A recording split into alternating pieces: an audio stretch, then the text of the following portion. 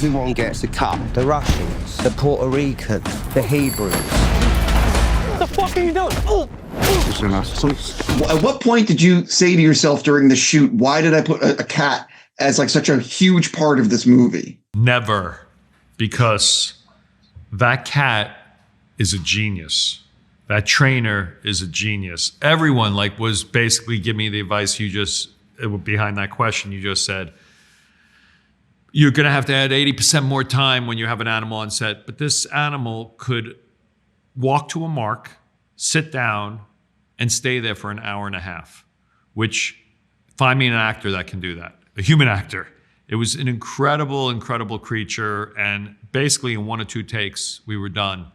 Such a professional. I have to say, there's a scene on the beach where the cat's in the bag, where there's other times, and I kept thinking the cat's going to run away. I can't believe they're getting this shot, because you know what I mean. But anyway, look, that cat won't run away because it's so connected with its trainer and lives an incredible life. Again, I want to give I think was Tonic was the cat's name. I just want to give Tonic a ton of credit for outshining.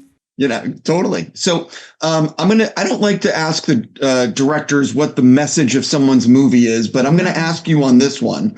Is the message of the movie of Caught Stealing to never help your neighbor? That's very funny. Sure, if you want that to be the message. Look, I don't know if this is a message movie. This is really an attempt by me just to make an entertaining film. It kind of, I think, started as a movie goer. I was sort of noticing my own picks and kind of the needs I had in my life, which is I really wanted something refreshing, something new, something different that was fun. Whenever I go to the theater, I just didn't want to go to work at the theater. And I was as a filmmaker, I was feeling really weird about that if I'm not feeling that, I'm wondering what audiences are feeling.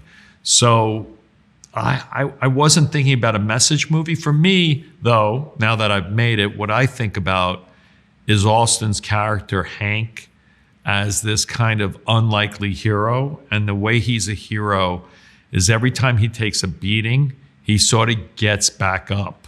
And if anything, that's sort of the message. It's no matter how bad things get, all you can do is keep moving forward. Something about that. No, completely. So this is probably the most important question I'll ask. Just how many black and white cookies were eaten on that set, and how many were eaten by you? Because I know you're a fan. Not enough. That's all I got for you. Yeah, sure. So there's 2 things I want to bring up. One, I've seen a lot of movies just like you. I don't know if I've ever seen a chase scene at the World's Fair. The 64 World's Fair. And when I saw it come up on screen, I'm like, how the F did they get permission to film this? So I'm very curious about how that happened. The city of New York was an incredible partner on making Caught Stealing.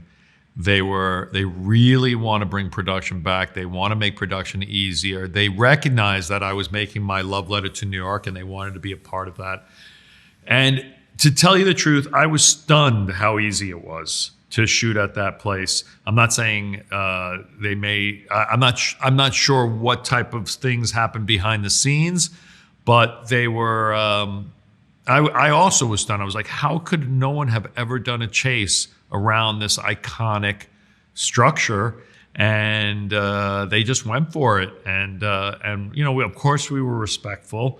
We did no damage, and we protected everything.